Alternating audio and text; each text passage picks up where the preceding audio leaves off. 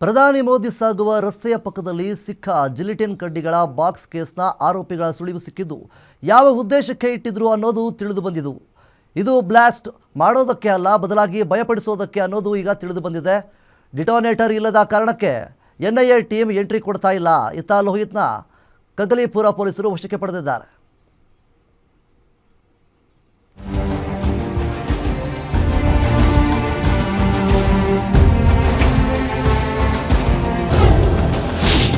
ಮೋದಿ ಸಾಗುತ್ತಿದ್ದ ಹಾದಿಯಲ್ಲಿ ಸ್ಫೋಟಕ ಪತ್ತೆ ಕೇಸ್ಗೆ ಟ್ವಿಸ್ಟ್.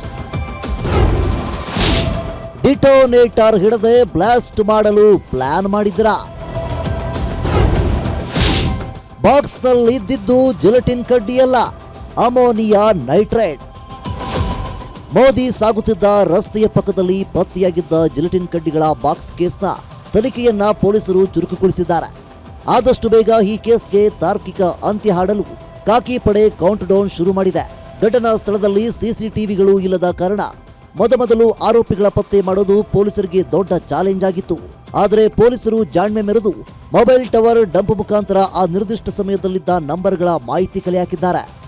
ಜೊತೆಗೆ ಸ್ಥಳದಲ್ಲಿ ಸಿಕ್ಕಿರೋ ವಸ್ತುಗಳ ಬಗ್ಗೆ ಕೂಲಂಕುಷವಾಗಿ ಪರಿಶೀಲನೆ ನಡೆಸಿದಾಗ ಮತ್ತೊಂದು ಸತ್ಯ ಗೊತ್ತಾಗಿದೆ.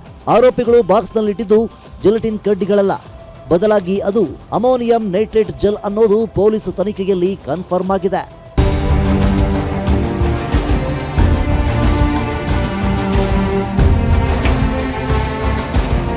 ಇನ್ನು ಪೊಲೀಸರ ಮೈಂಡ್ ಬ್ಲೋಯಿಂಗ್ ತನಿಖೆಯಲ್ಲಿ ಸ್ಫೋಟಕ ಬಾಕ್ಸ್ ಇಟ್ಟ ದಿನಾಂಕ ಮತ್ತು ಸಮಯ ಕೂಡ ಪತ್ತೆಯಾಗಿದೆ. ಆರೋಪಿಗಳು 9ನೇ ತಾರೀಕು ರಾತ್ರಿ 8 ಗಂಟೆ 5ರಿಂದ ಬೆಳಗಿನ ಜಾವ 7 ಗಂಟೆಯ ಅಂತರದಲ್ಲಿ ಈ ಬಾಕ್ಸ್ ಇಟ್ಟು ಪರಾರಿಯಾಗಿದ್ದಾರೆ. ಯಾಕೆಂದ್ರೆ ಹಿರಿಯ ಅಧಿಕಾರಿಗಳ ಆದೇಶದ ಮೇರೆಗೆ ಅದಕ್ಕೂ ಹಿಂದಿನ ದಿನವಷ್ಟೇ ಆ ಇಡೀ ಜಾಗವನ್ನು ಕ್ಲೀನ್ ಮಾಡಿಸಿ ರಾತ್ರಿ 8 ಗಂಟೆಗೆ ಭದ್ರತಾ ಸಿಬ್ಬಂದಿ ಅಲ್ಲಿಂದ ಹೊರಟಿದ್ದರು. ಡಿಟೋನೇಟರ್ ಇಲ್ಲದೆ ಈ ಜೆಲ್ ಸ್ಫೋಟಗೊಳ್ಳಲ್ಲ ಅನ್ನೋದು ಆರೋಪಿಗಳಿಗೆ ಚೆನ್ನಾಗಿ ಗೊತ್ತಿತ್ತು.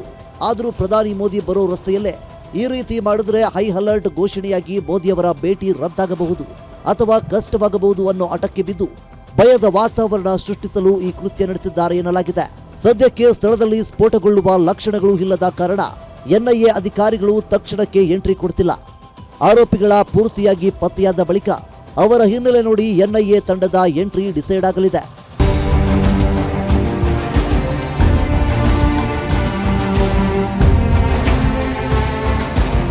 ಈತ ಪ್ರಕರಣಕ್ಕೆ ಸಂಬಂಧಿಸಿದಂತೆ ಕೋರಮಂಗಲ ಪೊಲೀಸರು ವಶಕ್ಕೆ ಪಡೆದಿದ್ದ ಲೋಹಿತ್ನನ್ನು ಈಗ ಕಗ್ಗಲೀಪುರ ಪೊಲೀಸರು ತಮ್ಮ ಕಸ್ಟಡಿಗೆ ಪಡೆದು ಗ್ರಿಲ್ ಮಾಡ್ತಿದ್ದಾರೆ. ಅತ್ತ ಆರೋಪಿಗಳ ಸುಳಿವು ಬೆನ್ನುತ್ತಿರುವ ಪೊಲೀಸ್ ಟೀಮ್ ತಮಿಳುನಾಡಿನ ಹೊಸೂರುವರೆಗಿನ ಎಲ್ಲ ಹೆದ್ದಾರಿ ಸಿಸಿಟಿವಿಗಳನ್ನು ಜಾಲಾಡ್ತಿದ್ದಾರೆ. ಹಾಗಾದರೆ ಪ್ರಧಾನಿ ಮೋದಿ ಮಾರ್ಗದಲ್ಲೇ ಜಿಲೆಟಿನ್ ಬಾಕ್ಸ್ ಇಟ್ಟ ಕಿರಾತಕರು ಯಾರು? ವಶದಲ್ಲಿರುವ ಲೋಹಿತ್ಗೂ ಆ ಆರೋಪಿಗಳಿಗೂ ಏನಾದರೂ ಲಿಂಕ್ ಇದೆಯಾ? ಈ ಎಲ್ಲಾ ಪ್ರಶ್ನೆಗಳಿಗೆ ಸದ್ಯದಲ್ಲೇ ಕಗ್ಗಲೀಪುರ ಪೊಲೀಸರು ಉತ್ತರ ನೀಡಲಿದ್ದಾರೆ. Ajay Kumar, crime bureau, guarantee news, Bengaluru.